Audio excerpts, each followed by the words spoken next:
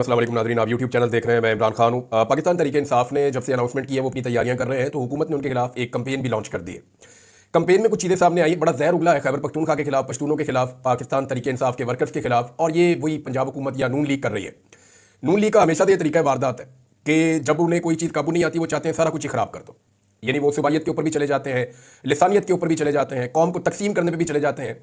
हत्ता कि उन्होंने ऐसा मुतालबा कर दिया, यानी मैं अज़मा बुखारी को देख रहा था, ये जो पंजाब की इंफॉर्मेशन मिनिस्टर है, जनाब इंफॉर्मेशन मिनिस्टर का स्टेटमेंट है कि फसादियों से खारजियों जैसा सलूक होना चाहिए।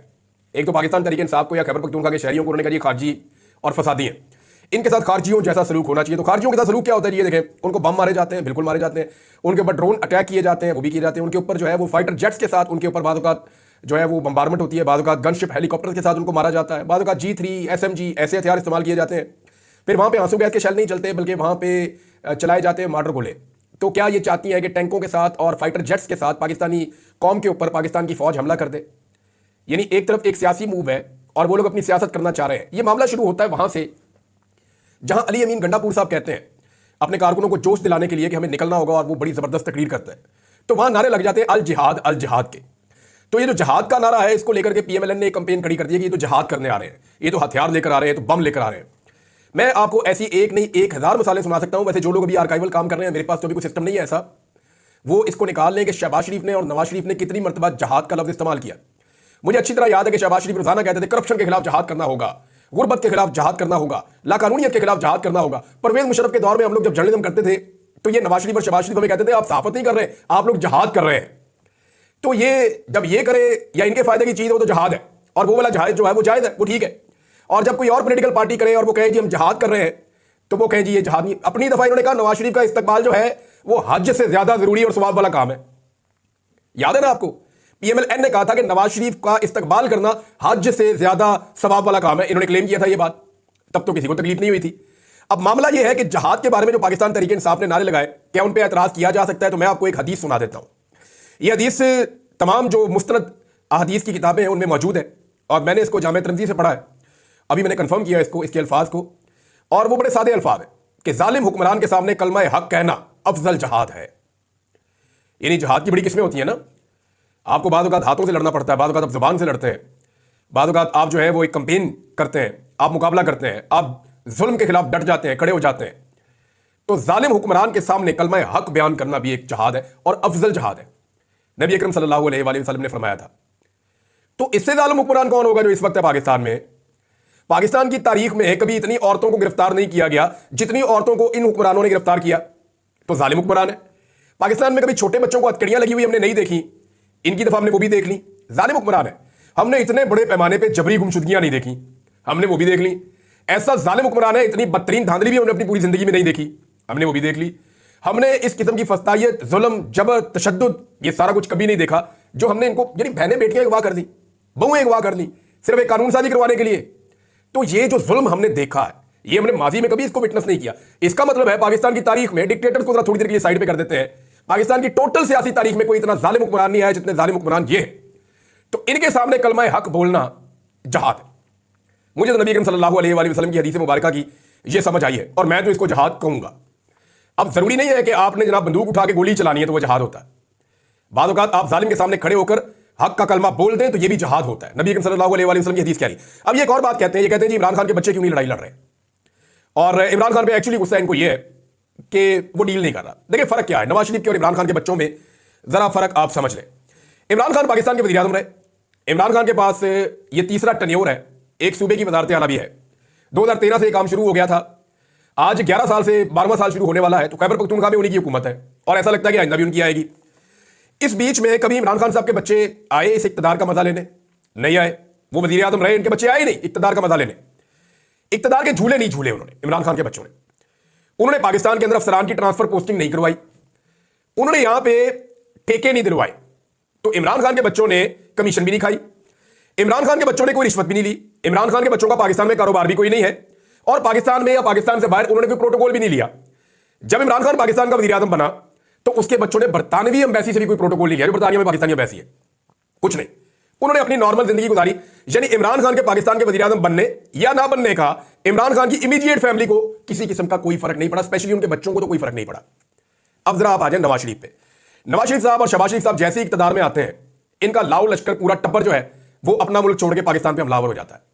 मुझे अच्छी तरह याद है जब नवाज शरीफ 2013 में वज़ीर-ए-आज़म बने तो स्टेट बैंक में और दीगर आम जगहों पे नेशनल बैंक में ओहदे देते वक्त जो इंटरव्यूज थे वो हुसैन नवाज ने किए थे। और हुसैन नवाज इंटरव्यू करते हुए एक शर्त रखता था कि हमारे कुछ काम है वो आपको करने होंगे, क्योंकि इनके मामला केसों के फंसे हुए थे और बैंकों के अंदर से पैसा इन्होंने निकालना था और जो इनकी चीजें प्लज हो गई थी उनको इन्होंने छुड़वाना था। तो अपनी मर्जी से इंटरव्यूज करके हुसैन नवाज ने बंदे लगवाए थे अपनी मर्जी के। तो इंटरव्यूज कौन ले रहा था? वज़ीर-ए-आज़म का बेटा, अपने कारोबारी मफाद के मुताबिक।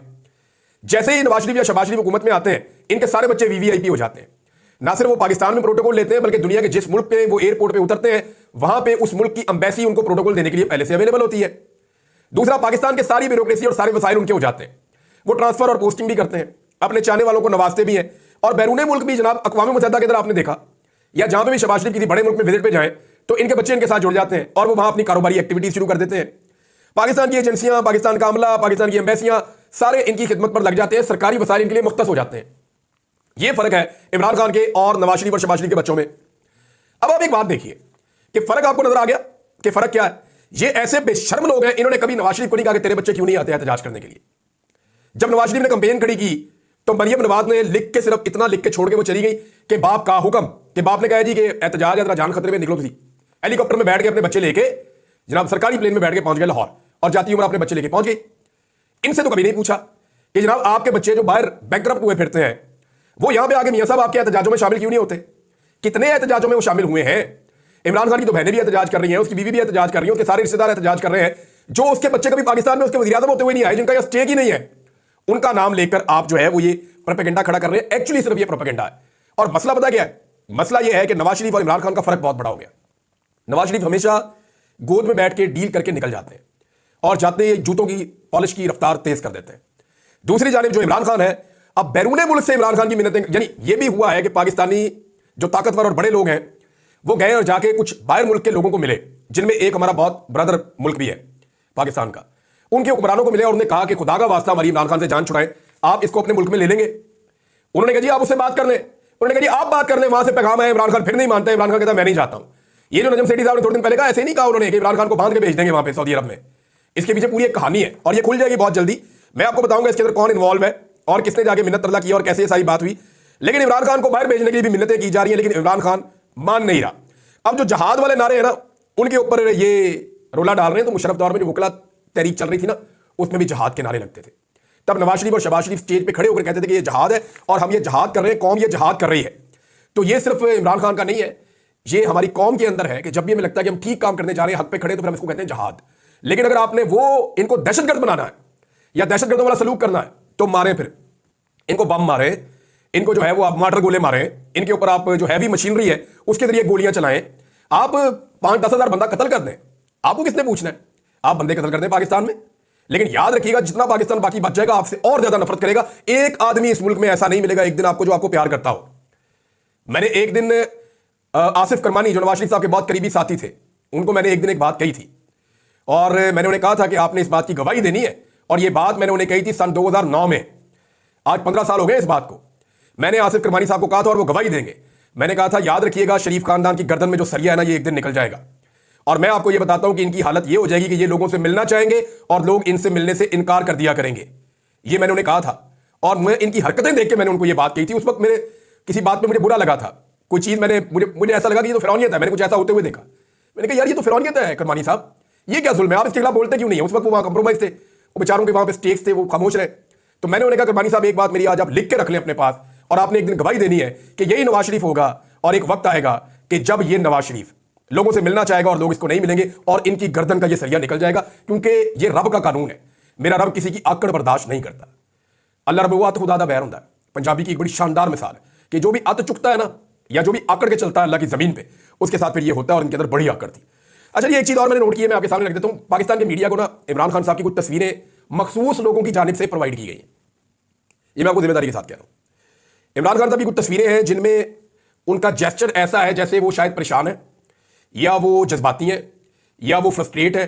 तो इस किस्म की, जिनमें उनका चेहरा अच्छा नहीं लग रहा थोड़ा सा, तो जानबूझ के ऐसी इमरान खान साहब की चुन के 10-12 तस्वीरें एक मखसूस जगह से मीडिया को प्रोवाइड कर दी गई है कि इन तस्वीरों के अलावा आपने इमरान खान की कोई तस्वीर जब आप सोशल मीडिया पे पोस्ट करें तो आपने नहीं लगानी।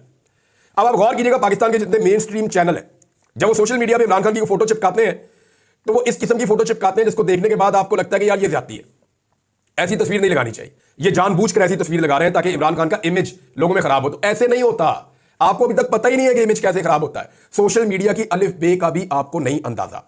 नाज़रीन, एक और ब्लू स्काई नाम का आ गया प्लेटफॉर्म, इसके ऊपर सारे लोग अपने अकाउंट जरूर बनाएं। देखिए, मेरा ये मानना है कि सोशल मीडिया इस दुनिया की बहुत बड़ी हकीकत है। फ्यूचर जर्नलिज्म जो है वो सोशल मीडिया पे होगा।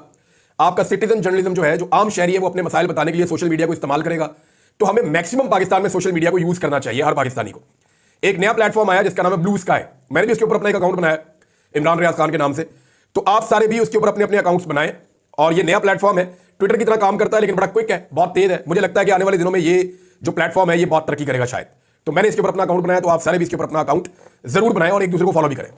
बुशरा बीबी का एक पैगाम आया नाज़रीन, और ये उनकी एक ऑडियो जारी हो गई है। जब वो बात कर रही थी तो ये कुछ लोगों ने वहां रिकॉर्ड कर ली, और वो जो ऑडियो है वो अब जारी की गई है।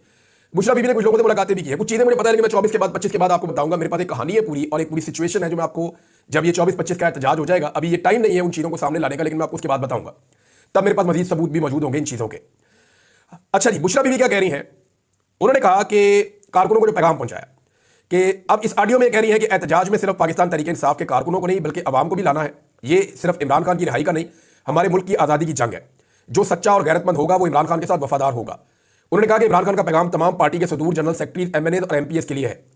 उन्होंने कहा कल कोई ये ना कहे कि इमरान खान का पैगाम हमारे पास नहीं पहुंचा, मैंने सबके पास ये पैगाम पहुंचा दिया है।